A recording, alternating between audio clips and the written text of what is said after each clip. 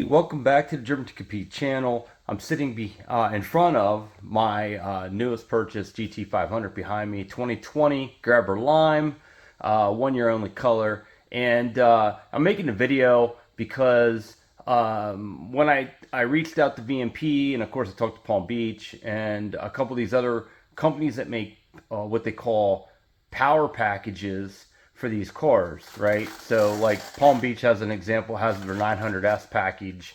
And, so I bought the car with a bunch of mods already on the car used. And quite frankly, I just don't know what kind of power levels, and more importantly, if what I have here is the optimal package from components, because they're not all like one brand, they're mismatched. So one thing that became clear when I bought the car was that it would benefit from a enlarged blower lid. So I did do one of those, and I did pick up a oversized or an improved design on the water intercooler manifold. But that's really all that I've done from a mechanical standpoint. So I do want to get the tune checked out. I'm going to go over what all's done to the car here in just a second. So it is on 93 pump. I'm in Pennsylvania. I am going to put on a dyno, and we're going to see what kind of numbers it puts down, and we're going to see, more importantly, is it a safe tune? Because I, quite frankly, I'm not sure whose tune is in the car. But let me go over the car with you, and let's start with the outside of the car. Um, I bought the car. It is a striped elite car from the factory. It did have a different wheel package on it. Did not have the factory wheels on it. It had what I was told was approximately a $10,000 wheel and tire package with a set of 21-inch multi-piece forged signature wheels.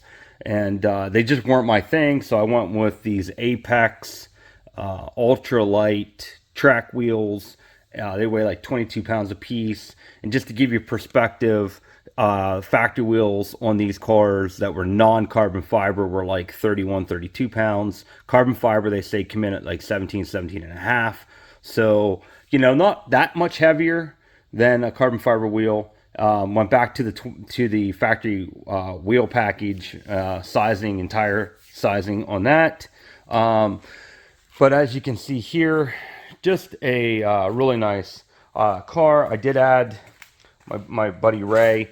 He talked me into doing the acrylic inserts here in the front splitter, and it was already PPF'd in the front and ceramic coated. Like I said, I did change the wheels, and we'll go over all that extra stuff here on the performance end of it. But one thing that I wanted to point out is I did change out the taillights. I did go for that Euro look. I just thought I liked that better than the red on the car, on the taillight end of it. Interior wise, the only option that I wish it had, and it came with custom mats. I took them out so that keep them nice for car shows, and I had it in to have the at the dealership to make sure the alignment was checked, and I just left that in there. But the only thing it doesn't have that I wish it had was carbon fiber. I could always add that later, but it's spec'd out exactly how I would have ordered it. I did look for one specifically with the Recaros. I'll be honest with you, if I was going to drive the car a lot, probably would not like these Recaros. I don't plan to drive the car a lot. These cars are values are tied directly to their mileage on the cars, so I will drive it, but I'm not going to drive it like I would a GT or another car that's maybe perhaps not as rare.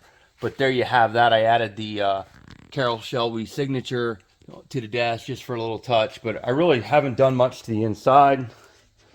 And other than wheels and a couple other performance enhancers, which we'll go over right now, this is how I bought the car.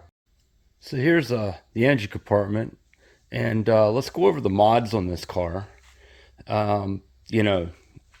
Let's start with the sheet here, and you're going to see that it has Kong blower porting done to it, Kong 108 millimeter throttle body, oversized supercharger lid, 1050X injectors, 4 fuel rails with return X pipe, VMP by PWR intercooler, so a set of plugs in it, Whipple water manifold, blower hub, blower pulley, idler, a new belt, has a tune in it with came with the RTD 1320 Junkies cold air intake as well. So parts only, we're in at just over $9,000, not counting sales tax depending upon where you live, and not counting labor. So there's probably about 15 grand with labor and everything in this car.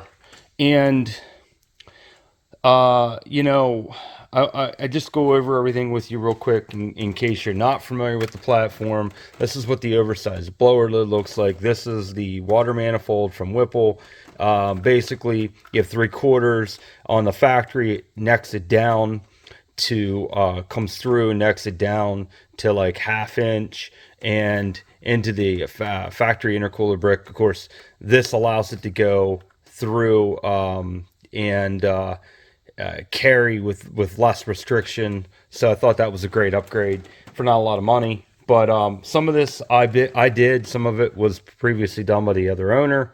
I added the lid and the manifold. Everything else was done by the previous owner. And quite frankly, I don't know what kind of power it makes. And more importantly, I reached out to Lund, and because I was told when I bought it, you know, when you see here, they told me tuned. They gave me an RTD and they said it had a Lund tune it. When I reached out to Lund, Lund said that they don't believe they tuned the car because, let me show you here, they don't recommend a 275 pulley with a on 93 octane with a ported blower. They prefer you to stay with a 2.85, which is the factory size, and with a ported blower. They say that you know, they are concerned about a bad tank of gas away from having a potential catastrophe. So we're going to put the dyno, and we're going to have them check the air to fuel ratios and the timing on the tune.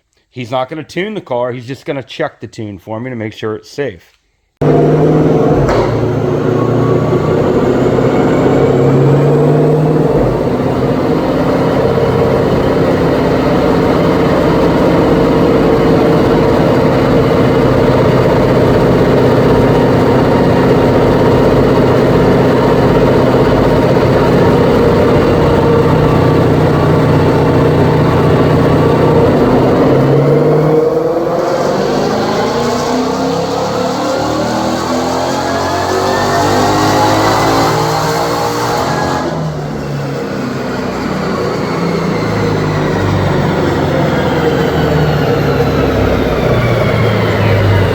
Okay, so there you have it.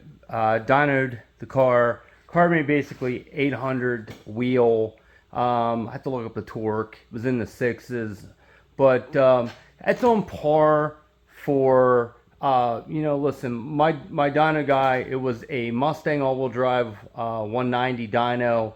We did dyno, and obviously with the rear wheels only, so it was in 2-wheel drive, but that dyno had everything turned on for correction, and just, you know, it's as honest a number as possible. And I got to tell you, it's hard to make horsepower on that dyno. My last car made 704. It was a Coyote with a 2.3 TVS blower and a whole bunch of mods done to it, headers. It was on 93, but I mean, it was maxed out, and that car struggled to make 704 wheel. And let me tell you, it beat up on stuff that made supposedly a lot more horsepower. He did tell me, he's like, look, if you run a dyno jet, it would be about 10 to 12% higher number.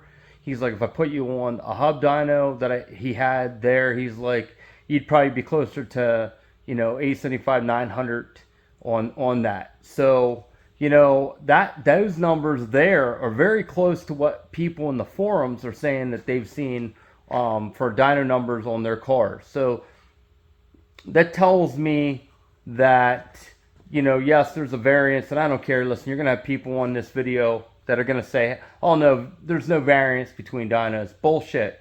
I'm just going to call you right out, and you can argue all you want in the comments. I don't care.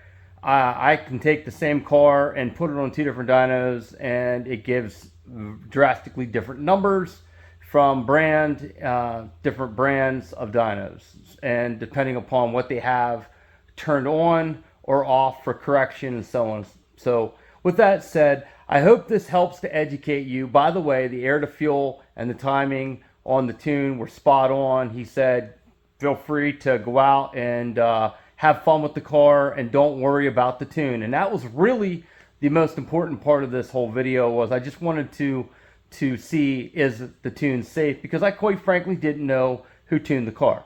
But I hope that's helped you, knowing what mods are on the car, what you can expect your car is going to make with tuning and with similar mods. So with that said, if you haven't already done so, please hit that subscribe button and the like. It helps with YouTube and how it rates my videos. And please, check out some of my other videos, and I will be putting up more content with this car as well. Thanks again. Until next time, Driven to Compete, watch, like, subscribe.